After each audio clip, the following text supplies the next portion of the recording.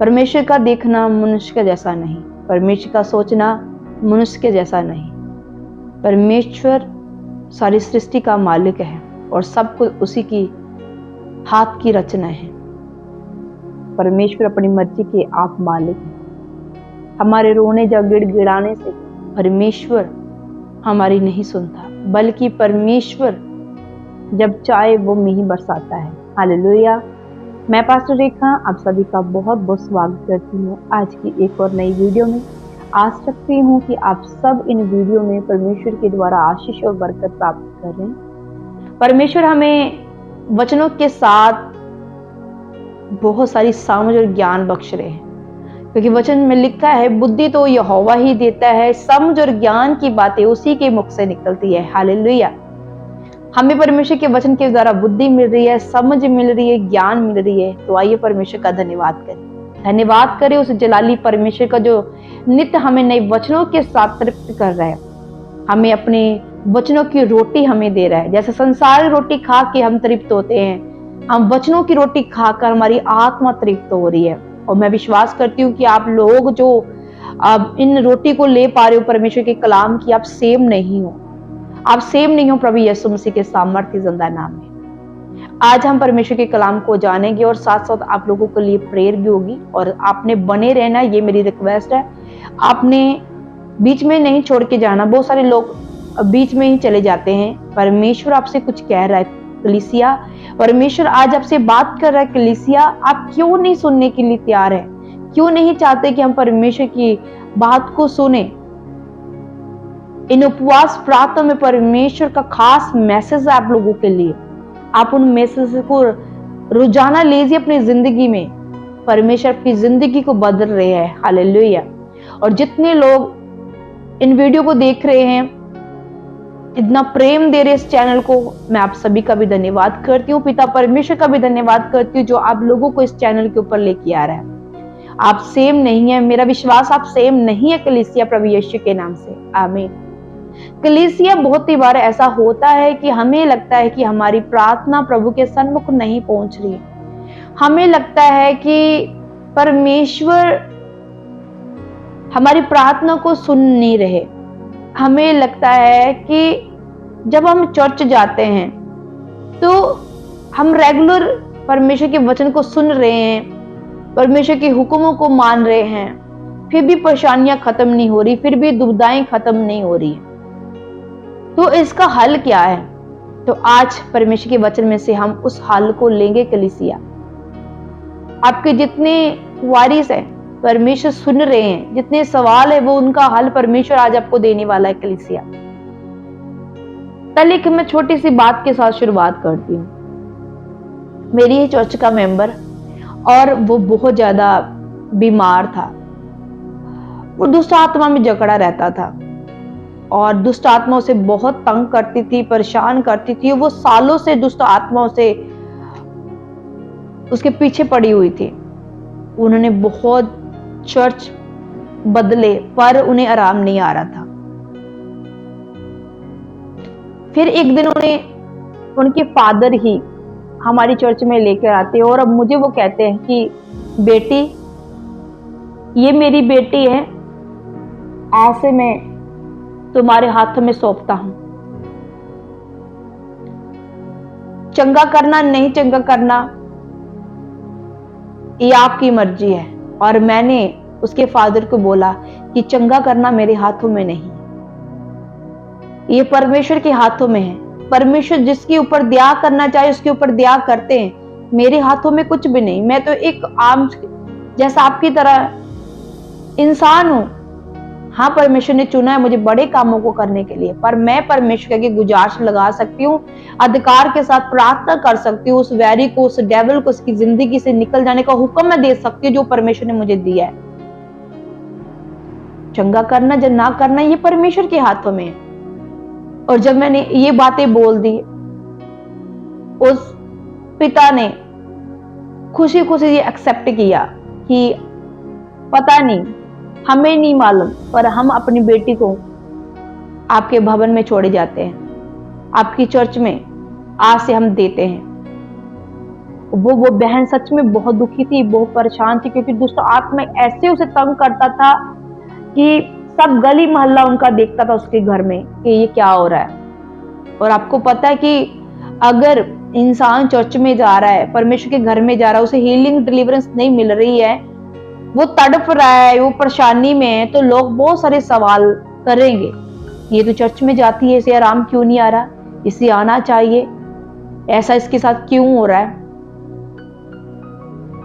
वो बेटी परेशान थी, वो बहन परेशान थी, रोज रोज की वो तकलीफों से वो परेशान थी। वो यीशु की बेटी मिनिस्ट्री के साथ जुड़ी, परमेश्वर ने उसे जोड़ा, चाहे उसके पिता उसे लेके आए, पर उसे जोड़ा गया, क्योंकि वो बहुत चर्चेस में फिर चुकी थी, पर उसे कोई हल नहीं मिल रहा था। अब मैं ये नहीं कहूंगी खुदावंत के प्यारे लोगों की चर्च में सामर्थ्य नहीं है इसलिए वो छूट नहीं सकी, नहीं नहीं, ऐसा नहीं है कलीसिया। परमेश्वर के वचन में लिखा, जहां 2 या 3 मेरे नाम में इकट्ठे होंगे, मेरा पवित्र आत्मा उनके मौजूद होगा। परमेश्वर के वचन में लिखा, मेरा घर प्रार्थना का घर कहलाया जाएगा। और जब परमेश्वर के वचन में यह लिखा कि मेरा घर प्रार्थना का घर कहलाया जाएगा, तो हम कैसे कह सकते हैं कि उस प्रार्थना वाले घर में प्रभु जी नहीं रहते हैं, जहाँ पवित्र आत्मा नहीं, जहाँ उसकी सामर्थ्य वहां नहीं है। परमेश्वर का आत्मा हर जगह है, हर भवन में परमेश्वर का आत्मा है। हील करना या ना करना ये परमेश्वर की मर्जी है। और दूसरी बात, परमेश्वर जिससे महिमा देना चाहता है उसे वो महिमा देता है। परमेश्वर में मेरी जिंदगी में महिमा देनी थी, उस बहन की हीलिंग के द्वारा, उसकी चंगाई के द्वारा, उसके छुटकारे के द्वारा मुझे परमेश्वर ने महिमा देनी थी, मेरी मिनिस्ट्री को महिमा देनी थी, मेरी मिनिस्ट्री को एक गवाही देनी थी, एक टेस्टमनी देनी थी परमेश्वर ने। और वो बहन मुझे बताती कि मैं जब दूसरी चर्चों में जाती थी, तो जब मैं जाती थी, फुल फैमिली हम जाया करते थे, वो मुझे लेके जाया करते थे, बहुत दूर जाया करते थे, हम किराया भी खर्चते थे, और आकर हम दुगने बीमार पड़ जाते थे, वो अटैक और बढ़ जाते थे, वो परेशानियां और बढ़ जाती थी, क्योंकि उसको जब अटैक होते थे वो उसे कुछ नहीं पता उसे क्या हो रहा है, वो चिल्लाती थी, वो रोती थी, वो गिड़गिड़ाती, उसको दुष्ट आत्मा ऐसे तंग करता था। तो वो बहन कहती कि वो जब मैं आती तो मेरा बहुत बुरा हाल होता, मैं बहुत परेशानी में रहती। तो कहती हम दोबारा उस चर्च में फिर नहीं जाते, जब हमारे साथ होता दोबारा हम जाते ही नहीं। क्यों वो दोबारा नहीं जाती? क्योंकि वो डर जाती कि मेरा मसला तो हल होना चाहिए था ना, मेरी परेशानी तो खत्म होनी चाहिए थी ना, तो मैं और बीमार क्यों पड़ गई हूं, क्यों और मैं दुख में पड़ गई हूं। आज इसी को ही हम जानेंगे। अगर कलीसिया आपके साथ भी ऐसा होता है कि आप चर्च में जा रहे हो, आपकी परेशानियां बढ़ रही है, आपके दुख, आपके तकलीफ बढ़ रहे हैं, तो क्या आप उस चर्च को छोड़ देंगे, उस सेवक को छोड़ देंगे, ये डर के मारे कि यहां जाकर तो मेरे मसले हल नहीं हो रहे, मुझे दूसरी जगह जाने चाहिए। सही बात है कि जब एक डॉक्टर से आराम ना पड़े तो हमें दूसरे डॉक्टर के पास जाना पड़ता है, दूसरे डॉक्टर से आराम ना आए हम तीसरे डॉक्टर के पास जाते हैं। कभी कभार ऐसी कंडीशन हो जाती है कि अगर हमें एक चर्च में आराम नहीं आ रहा, हम दूसरी चर्च में जाएंगे, वहां आराम आ जाएगा कलीसिया को। तो ऐसा होता भी है। पर अगर मैं उस बेस को नहीं ले रही हूं, मैं उसको ले रही हूं जो ये लोग कहते हैं कि मैं चर्च में गई तो मेरे मसले और बढ़ गए, मैं और बीमार होगी, मैं और दुखी होगी, दुष्ट आत्मा के अटैक और बढ़ने लगे, मैं उनकी बात कर रही हूं। ऐसा क्यों होता है? आइए हम वचन में से जानते हैं। परमेश्वर पवित्र आत्मा की अगुवाई हम मांगते हैं प्रभु यीशु के नाम से, आमीन। निर्गमन की पुस्तक हम 13 निकालेंगे और उस पढ़ेंगे। 13 चैप्टर उसकी 17 वर्सेस हम पढ़ेंगे। तो लिखा, जब फिरौन ने लोगों को जाने की आज्ञा दे दी, तब यद्यपि फिलिस्तियों के देश में होकर जो मार्ग जाता है वह छोटा था, तो भी परमेश्वर ये सोचकर उनको उस मार्ग से नहीं ले गया कि कहीं ऐसा न हो कि जब वे लोग लड़ाई देखें तब पछताकर मिस्र को लौट आए, तब पछताकर मिस्र को लौट आए। जहां इजरायलियों की बात हो रही है, इजरायली मिस्र से छूटकर वो जा रहे हैं, मूसा उन्हें निजात देके मिस्र से लेके जा रहा है परमेश्वर की अगुवाई के साथ। और जब वे जा रहे हैं तो परमेश्वर उन्हें दूसरे मार्ग से लेके जाता है। एक आसान मार्ग भी था जो फिलिस्तीनियों से देश से होकर जाता था, आसान मार्ग था, पर परमेश्वर ने उन्हें आसान मार्ग के ऊपर, रास्ते के ऊपर नहीं जाने दिया। परमेश्वर ने उन्हें उस मार्ग में लेके गया जहां कठिनाई थी और जहां बहुत समय लगने वाला था, जहां बहुत टाइम लगने वाला था। उस मार्ग में परमेश्वर ने उस रास्ते में से नहीं लेके गया जहां आसान था जाना, पर परमेश्वर उस मार्ग में अपने लोगों को लेके जाना चाहता था जहां दुख थे, जहां तकलीफ थे, वहां से लेके जाना था परमेश्वर। क्यों लेकर जाना चाहता था परमेश्वर अपने लोगों को? क्यों परमेश्वर को अपने लोगों के साथ सहभागिता नहीं है? वो नहीं समझते कि मेरे मिस्री पहले भी दुख में रहे हैं, इजरायली पहले भी मिस्र में दुख रहे हैं, अब भी वो अगर बड़े रास्ते में जाएंगे, लंबे रास्ते में से जाएंगे जहां महीनों लग सकते हैं, सालों लग सकते हैं जाने में, क्या परमेश्वर को दुख नहीं है अपने लोगों का? तरस नहीं आता परमेश्वर को अपने लोगों का? आज के लोग हम होते थे ऐसे सोचते, और मिस्री भी सोचते थे ऐसे, इजरायली भी ऐसे सोचते थे। बहुत बार वो कुड़कुड़ाए परमेश्वर के सन्मुख, हमें क्यों लेके आए प्रभु, आप वहां ही हमें रहने देते। तो हम भी ये वचन को समझकर ये कह सकते हैं कि परमेश्वर ने छोटे रास्ते में से क्यों नहीं वो शहर में लेके जाने दिया जहां अब इब्राहिम, इसहाक, याकूब के साथ वादा किया गया था।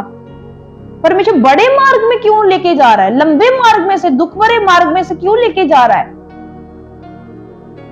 क्योंकि परमेश्वर हमसे ज्यादा समझदार है, वो हमें बनाने वाला परमेश्वर है। वो जानता है कि हम कैसे हैं, वो जानता है हम क्या हैं, हम क्या कर सकते हैं आने वाले समय में, वो सब जानता है। इसलिए परमेश्वर की दृष्टि में जो सही है परमेश्वर वो करते हैं। परमेश्वर हमारी हानि नहीं पहुंचाना चाहते, बल्कि हमारे लिए कुशलता ही है परमेश्वर के आगे। हम बहुत अच्छा सब कुछ रखा हुआ परमेश्वर ने, पर परमेश्वर चाहते हैं कि हम बड़े उस मार्ग में से चले।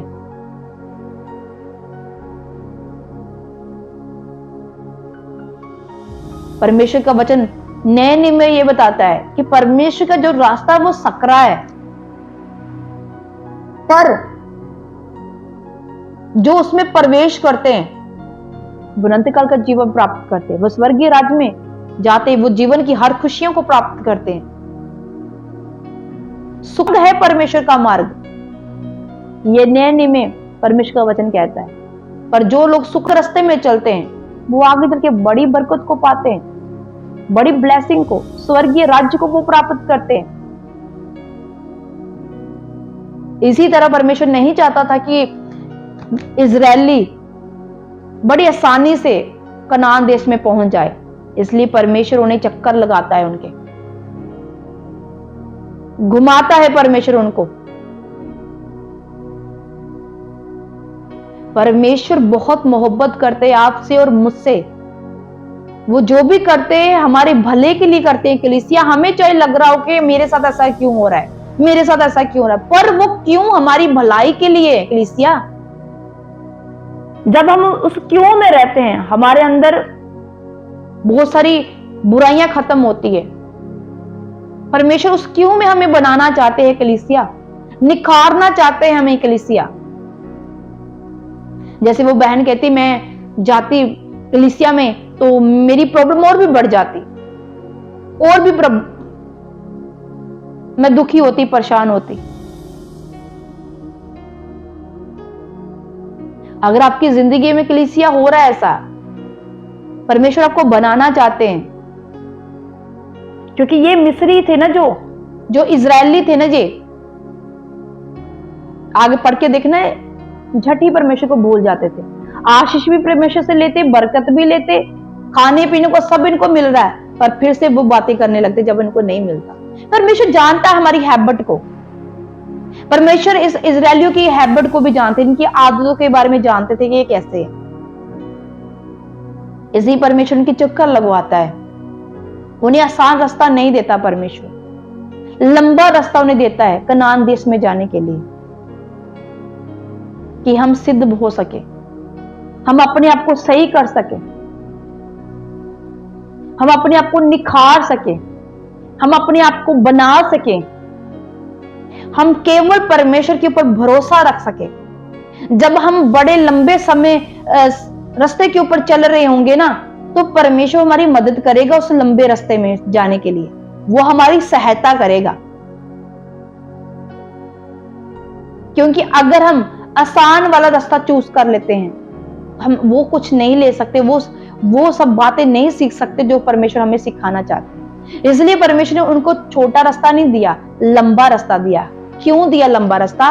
बाइबल ये भी बताती है कि परमेश्वर ने ये जान लिया था कि जब फिरौन इनके पीछे आएगा, उसकी सेना इनके पीछे आएगी, जब ये युद्ध होते हुए देखेंगे तो ये वापस मिस्र में चले जाएंगे, वे वापस उस गुलामी में चले जाएंगे।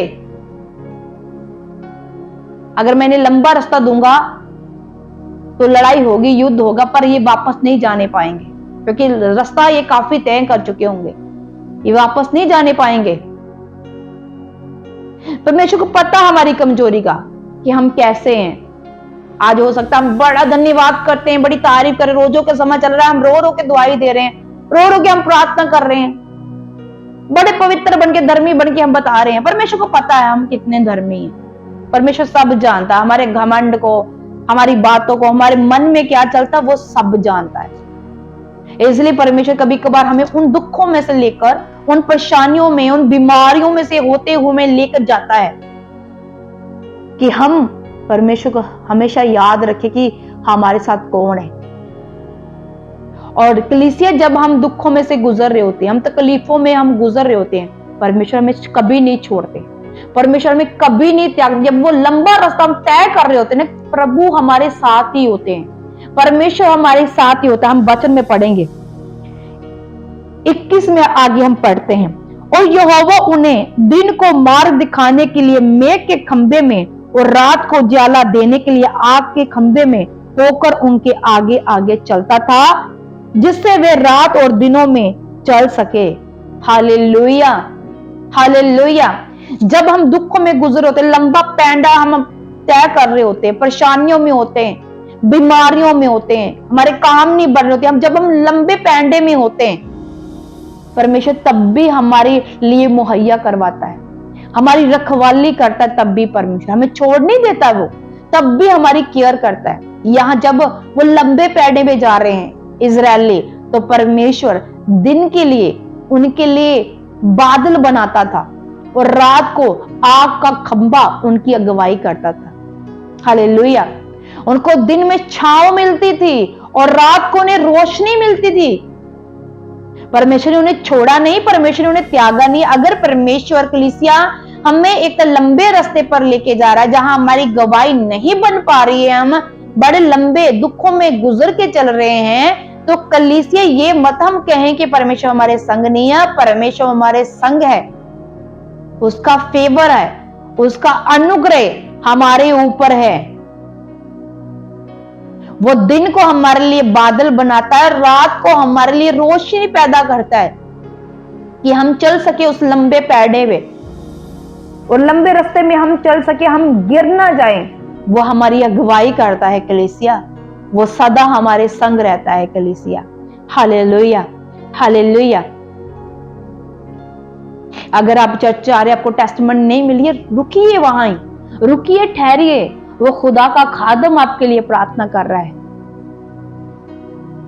वो एक दिन आपकी प्रार्थना सुनी जाएगी कलीसिया। अगर लंबा पैंडा आप तय कर चुके हो, नहीं आप पहुंच पा रहे हो उस पैंडे के ऊपर, लास्ट पौड़ी के ऊपर, फिर आपको जरूरत है आपको स्कूल चेंज करने की। क्योंकि हो सकता कि वो खुदा का खादम जो आपकी लड़ाई लड़ता है, जो आपके लिए प्रार्थना कर रहा है, उसकी प्रार्थना के द्वारा कुछ ना हो पाता हो, क्योंकि हो सकता उस दास में कमियां हो, परमेश्वर उसकी ना सुनता हो। जैसे आज के समय में कलीसिया हम देख रहे हैं, भरमाए भी नहीं जाना है, चौकस रहना हमने कलीसिया, हर बात को हमें वचन में से जानना है कलीसिया। वचन ही हर बात का हल है, यहां सब कुछ आपको मिलता है। हालेलुया, जहां परमेश्वर की सामर्थ्य है वहां अब जब पांव ही धरोगे ना, आपको मालूम हो जाएगा, एक शांति, एक पीस आपकी जिंदगी में उतर आएगा। अब मालूम हो जाएगा कि यही है परमेश्वर की सच्ची हजूरी, जहां मुझे बैठना है, जहां मुझे रहना है, और यहाँ रह के मुझे अपने लंबे पैंडे को तय करना है। Hallelujah, hallelujah. Thank you Jesus बोलते हो आज के वचन के लिए, आज के कलाम के लिए। Oh thank you father, thank you Holy Spirit. आइए हम प्रार्थना में चलते हैं। प्यारे पिता, सर्व से सर्वोत्तम, सर्वशक्तिमान यहोवा परमेश्वर, हम आपका धन्यवाद करते हैं आज के पवित्र वचनों के लिए। प्रभु खुदावंद, आप मुझे ये निर्गमन की पुस्तक पढ़ने को प्रभु दे रहे हैं, मैं आपका धन्यवाद करती हूँ। और बहुत सारी बातें आप मुझसे कर रहे हो प्रभु, वो ही बातें खुदावंद मैं आपकी कलीसिया को प्रभु, आपके लोगों को प्रभु बताने पा रही हूँ मेरे प्रभु जी। मैं आपका धन्यवाद करती हूँ। ये आपका फेवर है, ये आपकी दया है, ये आपका अनुग्रह है मेरे खुदा। जैसे हमने आज वचन में से जाना प्रभु कि वो प्रभु आपने आसान मार्ग इजरायलियों को नहीं दिया, बल्कि आपने वो लंबा मार्ग, वो दुख भरा मार्ग इजरायलियों को चलने के लिए दिया, ताकि आप उन्हें सिद्ध कर सके, आप उनकी हैबिट को चेंज कर सके, आप उनके जीवन में बदलाव कर सके मेरे प्यारे पिता। और प्रभु जब वो दुख भरे रास्ते के ऊपर चल रहे थे, तब भी प्रभु आपने छोड़ा नहीं, आपने त्यागा नहीं, आपने रात को पिता परमेश्वर बिजली का खंभा उनके आगे रखा, उजाला उनके आगे रखा, और दिन को प्रभु आपने छांव उनके लिए की, उन्हें गर्मी न लगी प्रभु परमेश्वर, किसी बात की कमी घटी उन्हें ना हुई मेरे प्रभु जी। आपका धन्यवाद करते, विश्वास करते, यही पिता परमेश्वर फेवर जो इजरायलियों के ऊपर प्रभु आपका था, वो हमारी जिंदगियों में प्रभु कार्य कर रहा है। हम भी प्रभु उस फेवर को प्राप्त करें। रात को पिता तेरी बिजली का खंभा हमारे आगे आगे हमारी रखवाली करता है, हमारी मुश्किलों को खत्म करता है, और परमेश्वर दिन को प्रभु तेरा बादल हमें सुरक्षा देता है मेरे प्रभु, मुहैया करता है सब कुछ मेरे प्रभु। धन्यवाद करते प्रभु, विश्वास प्रभु, सुनने वाले प्रभु पिता परमेश्वर और बोलने वाले प्रभु, समझने वाले, हम सब बड़ी बरकत को ले चुके हैं प्रभु यीशु के नाम से। आमीन, आमीन, हालेलुया। और मैं आपको बताना चाहती हूँ कलीसिया जो बहन हमारे पास आई, आज प्रभु ने उसे पूरी तरह डिलीवर किया हुआ है। कुछ ही हफ्ते बाद वो बहन पूरी तरह डिलीवर हो गई थी, चंगी होगी, और आज खुदा के घर में वो सेवा कर रही है। आज वो खुदा के घर में लंगर बनाती है, सेवा करती है खुदा के घर में, और उसकी हीलिंग हुई, उसकी परिवार की हीलिंग भी हुई। उनके जो हस्बैंड थे, वो उनकी एक शर्मिंदगी थी, वो शर्मिंदगी थी कि वो सही ढंग से बोल नहीं पाते थे। मतलब उनकी जो आवाज थी वो एक लेडीज की तरह आवाज थी, जैसे लेडीज बोलती है वैसे उनकी आवाज थी। तो वो शर्मिंदगी थी उसके जीवन में, और परमेश्वर ने उसकी शर्मिंदगी को खत्म किया। एक जेंट्स की आवाज परमेश्वर ने उसे प्रदान की। आज वो बहुत खुश है प्रभु के नाम से, बहुत खुश है, क्योंकि जो खोया गया था वो सब वापस आया प्रभु यीशु के नाम से। और जो शर्मिंदगी थी भाई की जिंदगी में कि वो एक लेडीज की आवाज में बोलते थे, आज वो एक जेंट्स की आवाज में बोल पाते हैं प्रभु यीशु मसीह के नाम से। धन्यवाद करते प्यारे पिता का कि प्रभु ही सब कुछ करने की ताकत और सामर्थ्य। सबको मेरी तरफ से जय मसीह की। चैनल को सब्सक्राइब करें, लाइक करें एंड शेयर करें। जय मसीह।